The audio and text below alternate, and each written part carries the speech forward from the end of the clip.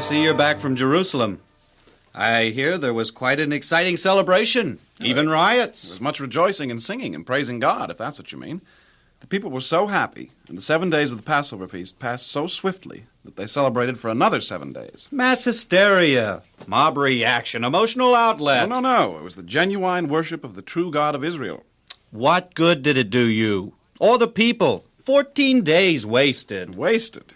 It's quite the contrary. It was of great profit to the assembled multitude. A great gladness took possession of them. They sang songs of praise and were united, absolutely united in their devotion and worship. It won't last. The people will go back to their homes and forget the excitement of those 14 days. Soon they will again be worshiping in their groves and high places the gods they've been worshiping for years. You're wrong, completely wrong, my friend. As I came home northward from Jerusalem, I witnessed a great miracle. The people of Judah were already breaking up the images, cutting down the groves and destroying the high places and altars. The Reformation during the 14 days of the Passover feast was genuine, and Judah will be blessed of God. But I fear for Israel. There were but a handful of my countrymen there. Israel refuses to return to the God of her fathers. God will utterly destroy her as a nation.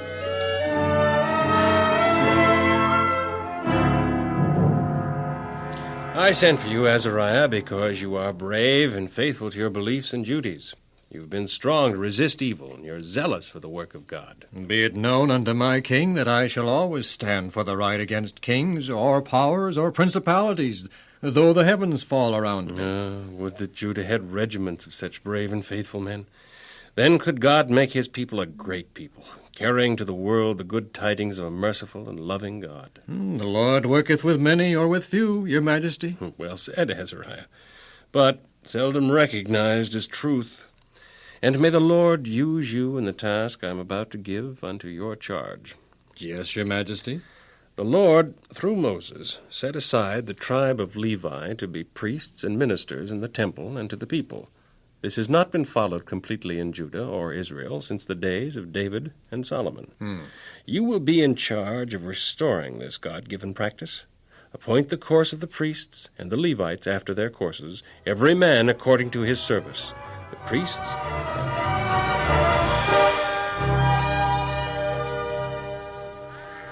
A tithe? We have been ordered to pay a tithe to King Hezekiah? Not to Hezekiah, but to the priests and Levites. Mere talk. A sham, deceit. The king will benefit, you can be sure of that. I'm sure you're mistaken, dear. The king is like all the other kings of Judah have been. Selfish, greedy, liars, and cheats. They talk big, but their actions belie their words. They're for themselves, not us.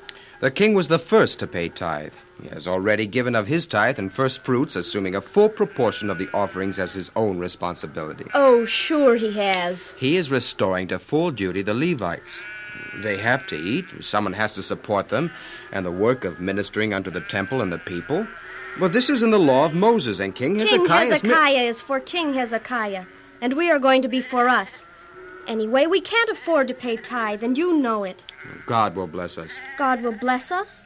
I suppose our fields will yield more grain, our sheep more wool, our cattle more milk. Yes. Yes? I'm your wife, remember? No need to lie to me or try to fool me. I know what we can afford as well as you do. We can afford to support God's work. We cannot afford to do otherwise. And God can increase the yield of our... Well, he created everything in the first place. He sustains everything. Everything belongs to him. The flowers, trees, cattle upon 1,000 hills, all belong to him. And when we pay tithe, we but give back to him a portion that is his in the first place. But will he bless us with more wool and milk? Twice over, fourfold, 100, yes, 1,000,000 times over. If this he wills for us. Our duty is to pay the tithe and trust in God. He will not let his children suffer because of faithfulness in their duty to him. Well, we'll try it and see what happens.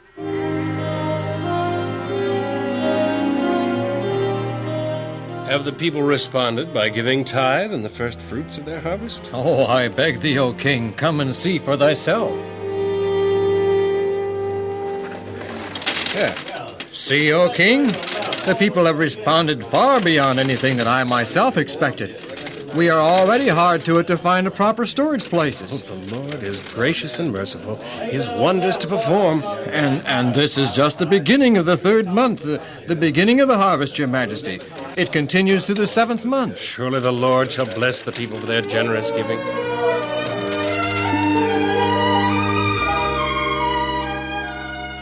Come forward. Long live the king, long live the king. You are Conaniah, a Levite. I am of the house of Heman, Your Majesty. Oh, you there. You may come forward, too. God save the king! God save the king! You, too, are a Levite?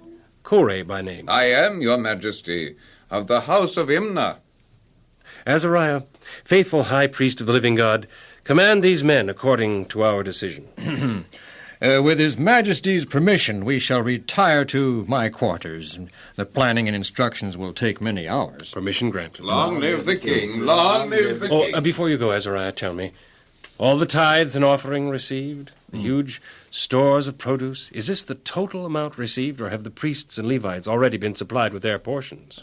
What thou hast seen, O king, represents that which remaineth after the priests and Levites have received their portion. It is obvious that many storehouses must be built to hold that which does and shall remain over. Yes, Your Majesty. Long live the king.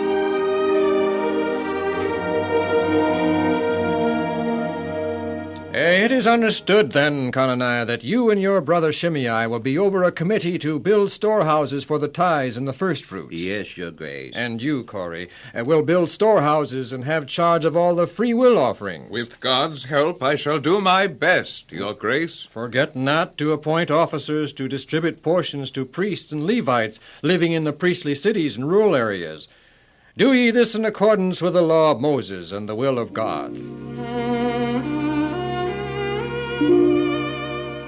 And in every work that he began in the service of the house of the Lord, and in the law, and in the commandments to seek the Lord, King Hezekiah did it with all his heart, and he and all Judah prospered and were happy.